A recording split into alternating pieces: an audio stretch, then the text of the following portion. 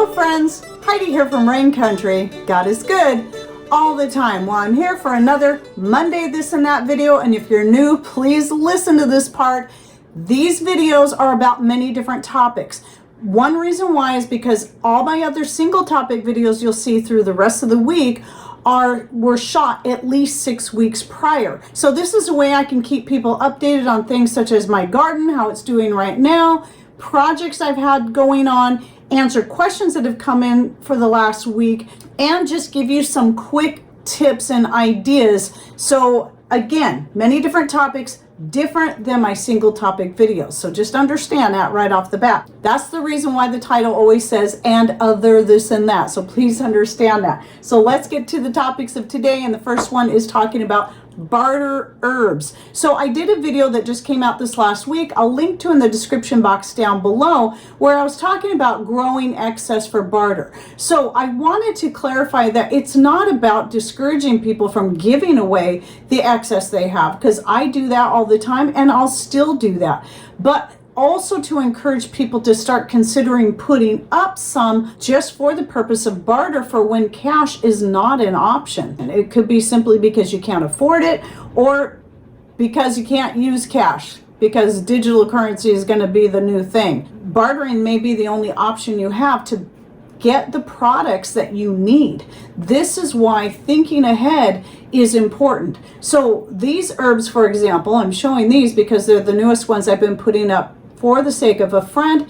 Right here is a jar of feverfew. They really wanted to give it a try since they deal with migraines and other types of body pains. And then right here is some sage, just so they can use it however they want. I've already given them some rosemary that I put up and some golden oregano. Now I've given them young golden oregano plants, but that one's going to take about a year or so before it's fully established where they can start harvesting it. And I have plenty, so I dehydrated up some so they can start using it right away in culinary dishes and see what they think about it. And I'm always sharing my excess with them, because in exchange, I get from them some new chickens to replace the old chickens from my flock. In fact, just this last week, we had to take out 2 more of our old chickens that are 6 years old because they just stopped laying. And it was a hard thing to do, but it's just that time. They lived a long life, they were healthy, they were happy, and so now it's time to replenish the flock with some new birds that are laying. Which, by the way, if you remember, we did get Gracie and Silver from these same friends, and Silver has already started laying, and she's laying every day. And I'm thinking Gracie will be very shortly behind her. But yes, we're going to get at least another 3 or 4 chickens from them in the near future. So anyway, I just wanted to put that out there, that the point of that video was to be thinking about the options of barter, not to stop being generous with your goods, because this is it's a good thing to share. I'm always sharing my excess with friends and neighbors and family. All right, now I want to talk a little bit about Azure Standard, because I just got my most recent order, and every time I do an order, I try to look for something new to try. And because I tend to forget, I always think of Azure Standard for grains, because that's always been my #1 place to get grains, such as wild rice, popcorn, wheat berries, barley, and so much more, and even whole white corn that I can grind into a white cornmeal. So I keep trying to expand my reach and see what they have. And one of the things, some of you know, I've been using the Anthony's beetroot. It's actually beetroot juice powder. Azure Standard had a beetroot powder that was half the price. So I thought I'd give it a try. And I wanted to share this real quick, because there is a difference between beetroot juice powder and beetroot powder. So your beetroot powder is actually the whole beet. So you're going to have the fiber and all that in there too. But you're also going to have more of that beet flavor in there as a result. Whereas the Anthony's beetroot juice powder is powder that was made from the juice itself. And so you're going to get a lot more of the sweet flavor in there. And to me, it has a better flavor and it has a more vibrant color, which would make it even better for coloring different things, whether it be making a red velvet cake or some cookies or cupcakes or muffins. If you just want to add it for both the nutritional benefits but also the color adds, that's great. But if you want to get more of the fiber, then consider beetroot powder.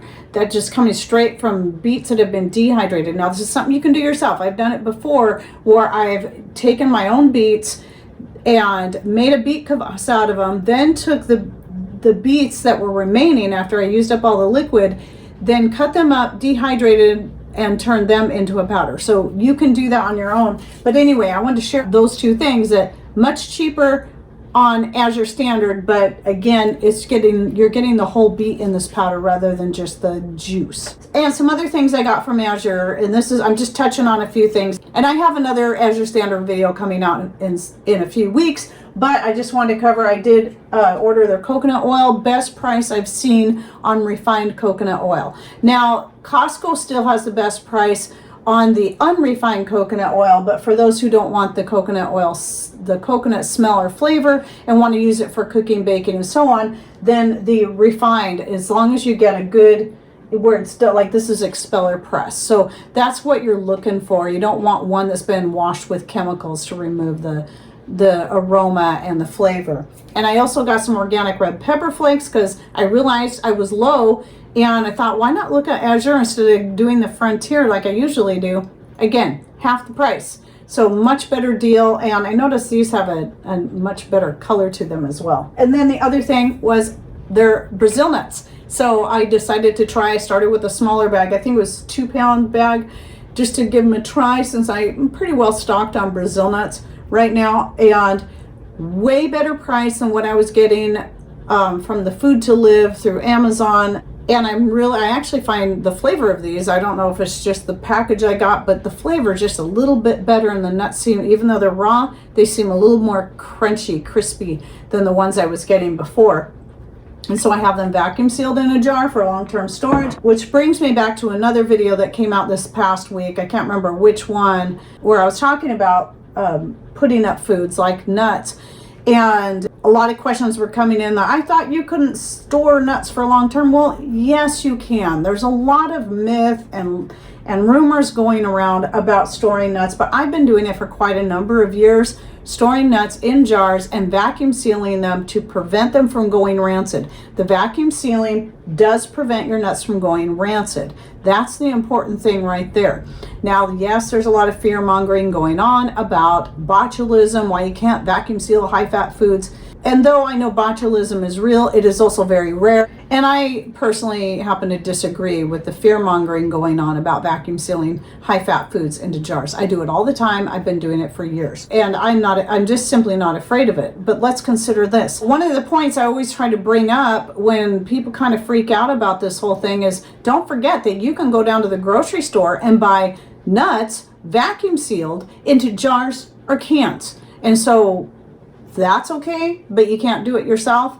And I'm not buying this whole thing about the industrial. No, vacuum sealing is vacuum sealing no matter how it's done.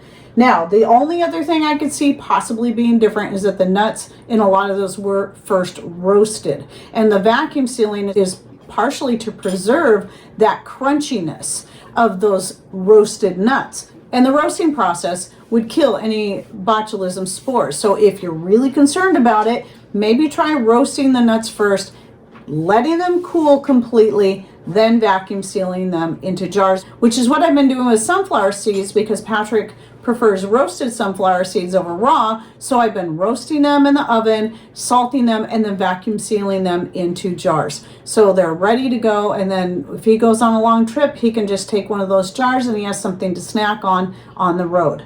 So yes, I'm not afraid of those things, but you can do your own research. I've looked into this many times.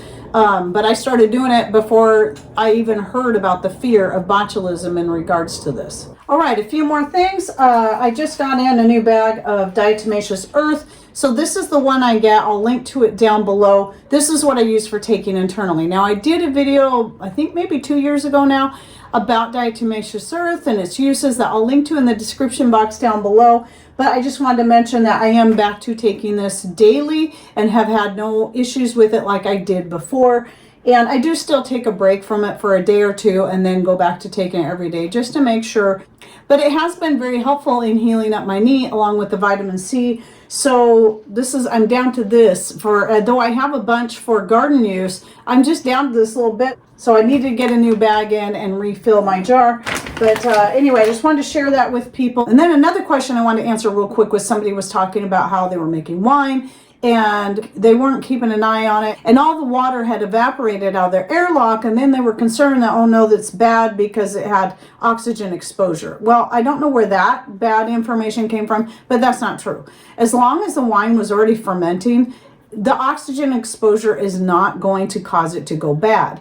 However, if it's left like that for an extended period of time, it will turn to vinegar. That's the main difference. So when making wine and making vinegar are very, very similar. The difference is that vinegar you want to just cover with a cloth so it does get oxygen exposure, because it needs the oxygen to turn the alcohols that were created from the sugars into vinegar. Whereas with wine, you prevent the oxygen exposure, thus the purpose of the airlock, so you end up with wine rather than vinegar. But if you end up with vinegar on accident, it's still good. You didn't hurt it. It hasn't spoiled. You just ended up with a different product. And then one more thing I wanted to mention, because just before I started shooting the last half of this video, I got a comment in where somebody was again saying that Patreon is forcing me to pay to see your posts. I thought you said they were free. They are free. They're open. They're free. What you have to make sure that you do is, if you go to our main Patreon page, you just go to Patreon and you start looking, you'll see right at the top. I had to view this as a non-creator. I had to look at it from a different perspective, and I found that right at the top you'll see boxes that give you options for donations, but you're not required to do that to view my posts. Scroll past it. If you keep scrolling and go down, you'll see my posts. I share recipes, lists, and more. And whenever I have the recipe or a list that goes with a specific video, I give you the direct link to that post. So you should be able to go right to it and it will open right up, and you shouldn't have to pay a single cent. I have every single post open over there. However, I did find one that somehow Patreon had locked up. I don't know how that happened. And if that ever happens, you go to access a post that I linked to and it says it's locked, just let me know. I'll go in there and fix it, because you should be able to access everything. Because I think that happens every time Patreon makes a change to their layout. Some posts end up getting locked. I don't know how or why, but it happens. And so I'll fix it if you just ask me. You don't have to donate anything to be able to see my posts, because every single post is set as public, which means it's totally unlocked. And since I'm here, I do want to mention we are still selling products. I forget to remind people that since we don't have our Etsy store, it's been probably close to a year now since I shut down my Etsy store. We're just selling everything directly through email. So if you're interested in the products that we make and sell, no, I do not sell any of my homemade medicinals, nor do I sell any of my herbs, because with those I would not be able to keep up with the demand. But with the things that we make, such as the vacuum chambers, the colloidal silver generators, my homemade skin cream, and a few other things, I do have a product list with the pricing and how to order. Just send me an email, raincountryhomestead@gmail.com, and I will send you that list. All right, well, I hope you enjoyed my this and that for the week, and don't forget to check in the description box below for any videos and other such I'll be linking to. And thanks for watching. Take care, and God bless.